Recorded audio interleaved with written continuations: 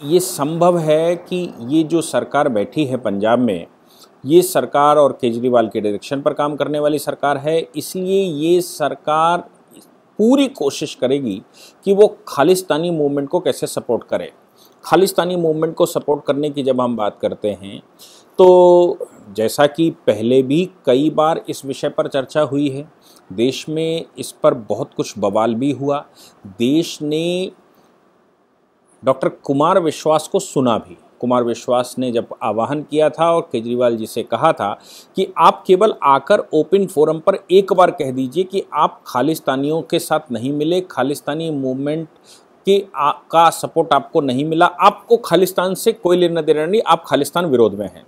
ये अनुभव आया कि केजरीवाल ने एक बार भी ये बात नहीं कही कि वो खालिस्तान के सपोर्ट में नहीं है या वो देश की अक्षुण्णता के सपोर्ट में हैं, देश की एकाग्रता के सपोर्ट में हैं या देश के सपोर्ट में हैं। ये बात भगवंत मान ने जिस प्रकार कल एक रेजोल्यूशन रखा, वो पहली इबादत के रूप में मुझे दिख पड़ता है कि वो पहली इबादत है जिसमें उन्होंने ये बताने का कोशिश किया है कि देखिए आपको ये करना पड़ेगा, जो मैं जैसा सोच रहा हूँ वैसा आपको करना पड़ेगा। हुआ क्या? मामला है यूनियन टेरिटरी चंडीगढ़ का। और यूनियन टेरिटरी चंडीगढ़ का मामला समझने से पहले एक बात और हमको समझनी चाहिए, और वो ये है कि आखिर पंजाब का इतिहास क्या है। थोड़ा सा जब आप उसको देखेंगे तो समझ में आ जाएगा। हुआ क्या, 1950 में पंजाब दो हिस्सों में, 1947 में पंजाब दो हिस्सों में बटा, ईस्ट पंजाब और वेस्ट पंजाब। उस समय पंजाब भी बहुत छोटे छोटे रियासतों में बटा हुआ था। जैसे स्टेट ऑफ पंजाब, प्रिंसली स्टेटें जो हुआ करती थी, पटियाला होती थी, नभा, जिंद, कपूरथला, मालेकोटला, फरीदकोट और कलसिया, ये ऐसी छोटी छोटी रियासतें होती थी। और एक और बड़ा स्टेट होता था जिसको पैप्सू कहते थे, PEPSU, the Patiala and east Punjab state union. ये पटियाला वही है जो पटियाला के ये प्रिंस ऑफ पटियाला कहे जाते हैं, कैप्टन अमरिंदर सिंह। ये उनके पूर्वज वहाँ पर शासन किया करते थे और उन्होंने सरेंडर किया। ऐसे करके union of Punjab and Patiala बना था। और ये सारी रियासतों को मिलाकर सन 1950 में, 10 अक्टूबर सन 1949 में जिस समय सरदार पटेल ने स्टेटमेंट रखा, उस समय इन रियासतों को भारत का हिस्सा बना दिया था और कॉन्स्टिट्यूशन यहाँ पर लागू करवा दिया था। परिणाम ये निकला कि स्टेट रीऑर्गेनाइजेशन एक्ट 1956 जब पास हुआ तो 1956 में हमने एक यूनियन टेरिटरी बनाया। इसी वो जो पहले से रियासत थी वो, और प्लस इसमें से कुछ काट पीट कर हमने यूनियन टेरिटरी एक बनाया। यूनियन टेरिटरी हम कहते हैं हिमाचल प्रदेश को। उसके बाद 1966 में, 1966 में, और आपको ये बता दूं कि उस समय पंजाब जो ईस्ट पंजाब है, पंजाब में दिल्ली तक की रियासत आती थी। और दिल्ली का भी जो म्युनिसिपल, 1911 से पहले जो दिल्ली म्युनिसिपल कॉरपोरेशन है, 1911 में जो म्युनिसिपल कॉरपोरेशन थी वो थी पंजाब म्युनिसिपल कॉरपोरेशन। और पंजाब म्युनिसिपल कॉरपोरेशन चली है सन 1992 तक, जब नई दिल्ली म्युनिसिपल कॉरपोरेशन जब तक नहीं बना है, नए सिरे से नहीं बना, 1992 तक पंजाब ही चला। और आपको बताऊं, ये जो हाईकोर्ट है दिल्ली का, ये भी पंजाब का ही हाईकोर्ट होता था। रेंट कंट्रोल पंजाब का लागू होता है। मोस्टली कानून जो पंजाब के थे वही लागू होते थे, क्योंकि दिल्ली भी कभी पंजाब में ही हुआ करता था। पंजाब बहुत बड़ी रियासत थी। अब जब 1956 में रीऑर्गेनाइजेशन हुआ तो दिल्ली, उससे पहले ही दिल्ली हालांकि अलग हो चुकी थी, लेकिन 1956 में दिल्ली अलग हो ही चुका था। इधर 1956 में हमने हिमाचल प्रदेश कर दिया। 1966 में, 1966 में पंजाब रीऑर्गेनाइजेशन एक्ट बना और उस रीऑर्गेनाइजेशन एक्ट में हरियाणा एक प्रांत नया बना। हरियाणा और पंजाब दोनों की राजधानी के रूप में एक यूनियन टेरिटरी, जिसको आप आज भी चंडीगढ़ कहते हैं, यूनियन टेरिटरी बनी। यानी कि दोनों ही अपनी अपनी राजधानी चंडीगढ़ में चलाते हैं, चंडीगढ़ में एडमिनिस्ट्रेशन बैठता है। ये इसका इतिहास है। अब खालिस्तानियों का क्या मूड होगा? खालिस्तानियों का कहना यह होगा कि खालिस्तान अगर हम बनाएंगे तो हमें पूरा पंजाब चाहिए। पूरा पंजाब से मतलब है कि पंजाब का वो हिस्सा जो दिल्ली जिसको कहते थे, अगर दिल्ली को छोड़ भी दिया जाए तो खास तौर से हरियाणा, हिमाचल प्रदेश और आज का पंजाब, ये तीन हिस्से, और जो पंजाब पाकिस्तान के पास है वो, ऐसे ये हिस्सों को मिलाकर पूरा का पूरा पंजाब ओरिजिनल पुरानी पंजाब स्टेट हुआ करती थी। तो खालिस्तानियों का ये बिल्कुल विचार रहा होगा कि सबसे पहला काम ये किया जाए कि जो ये भारत के अंदर टेरिटरीज बना रखी हैं 1966 में अलग अलग स्टेट बना दिए, इनको पहले एक किया जाए। क्यों? क्योंकि पूरा पंजाब अगर चाहिए, खालिस्तान पूरा बनाना है तो ये पूरी टेरिटरी होनी चाहिए। क्योंकि स्टेट रिऑर्गेनाइजेशन एक्ट में आर्टिकल 3 के तहत केंद्र की पार्लियामेंट को यह अधिकार है कि वो किसी भी स्टेट को तोड़ सकता है, फोड़ सकता है, स्टेटों को मिलाकर नई स्टेट बना सकता है, स्टेट को यूनियन टेरिटरी घोषित कर सकता है, यूनियन टेरिटरी को स्टेट बना सकता है, स्टेट खत्म कर सकता है। ये सारे अधिकार आर्टिकल 3 में केंद्र की सरकार के पास है, ऐसा कानून है। तो यही कानून का इस्तेमाल करते हुए दिल्ली, फिर हरियाणा, फिर हिमाचल, फिर हरियाणा, और ऐसे करके जैसे एडमिनिस्ट्रेटिवली सरकारें चलाने का प्रयास किया गया होगा वैसे उसको तोड़ फोड़ कर आगे पीछे एडमिनिस्ट्रेटिव यूनिट्स बनाए गए होंगे। तो अब उसमें खास तौर से 4 एडमिनिस्ट्रेटिव यूनिट हैं। पहला हरियाणा, पंजाब, हिमाचल, दिल्ली और केंद्र शासित चंडीगढ़। तो सबसे छोटा हिस्सा चंडीगढ़ है। केजरीवाल के भगवंत मान ने क्या किया है, कल एक रेजोल्यूशन वो लेकर आए हैं और उस रेजोल्यूशन में उन्होंने ये क्लेम किया है। आप सोचिए, देखिए जरा ध्यान से सुनिए। उस रेजोल्यूशन में उन्होंने क्लेम किया है कि चंडीगढ़ पंजाब का हिस्सा है, केंद्र सरकार चंडीगढ़ छोड़े।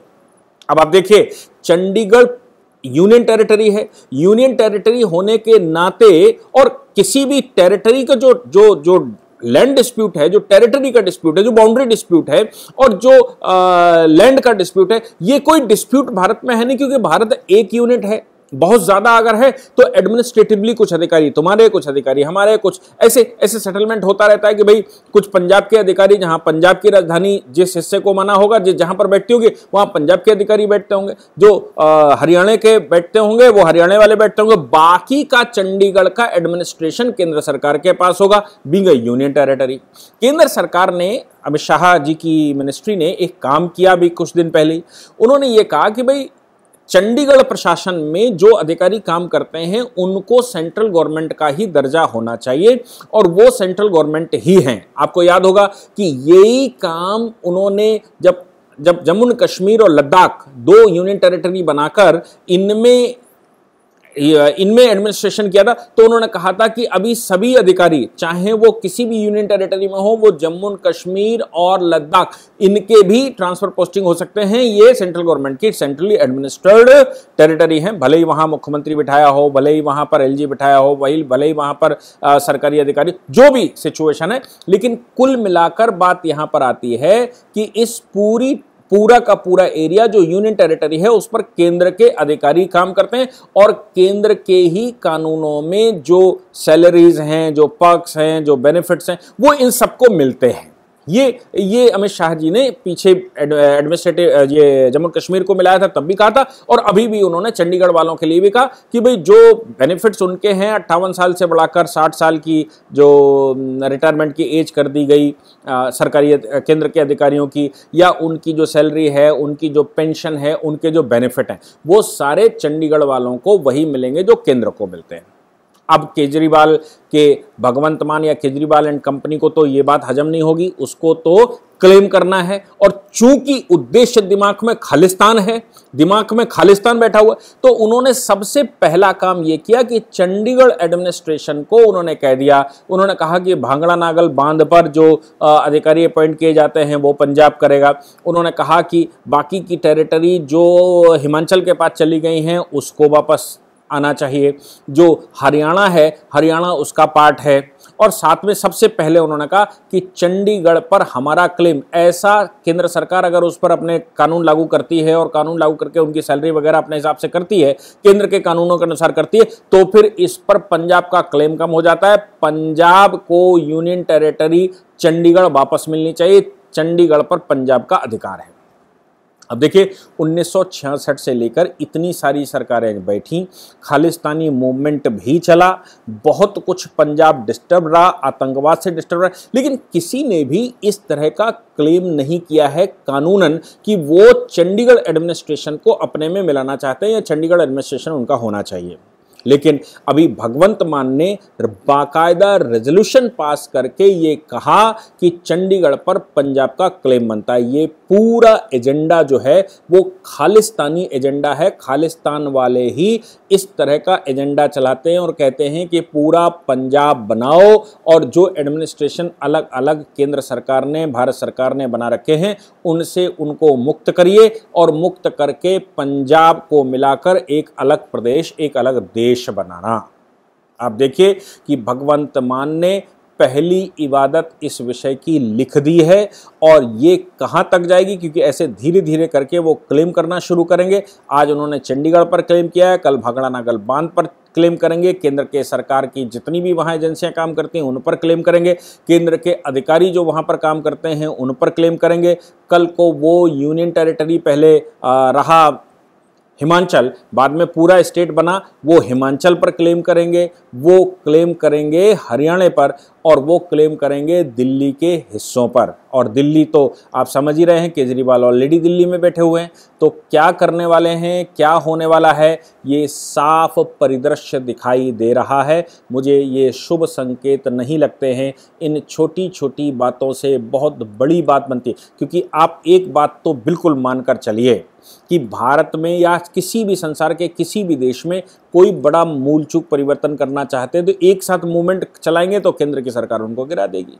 वो अगर ये कहेंगे कि अलग देश बना दो तो केंद्र की सरकार उनको 356 लगाकर गिरा देगी, वहां केंद्र शासित प्रदेश लागू कर दे। तो क्या है, कन्फ्लिक्ट, ऐसे जन भावना को भड़काते हुए कन्फ्लिक्ट करना शुरू करो और जन भावना के आधार पर पहले टेरिटरी, जैसे मैं बहुत बार कहता आया हूं कि इस्लाम एक भू राजनीतिक आंदोलन है, उसी की तर्ज पर ही क्रिश्चियनिटी चली और यही आंदोलन के प्रकार होते हैं। अगर भू राजनीतिक आंदोलन ना करा जाए तो देशों के बंटवारे नहीं हो सकते, देशों को अलग अलग नहीं किया जा सकता। भू राजनीतिक, इस्लाम भू राजनीतिक आंदोलन की वजह से पाकिस्तान बना, अफगानिस्तान बना, बांग्लादेश बना और अभी भी देश में उसी प्रकार का कुछ ना कुछ चल रहा है।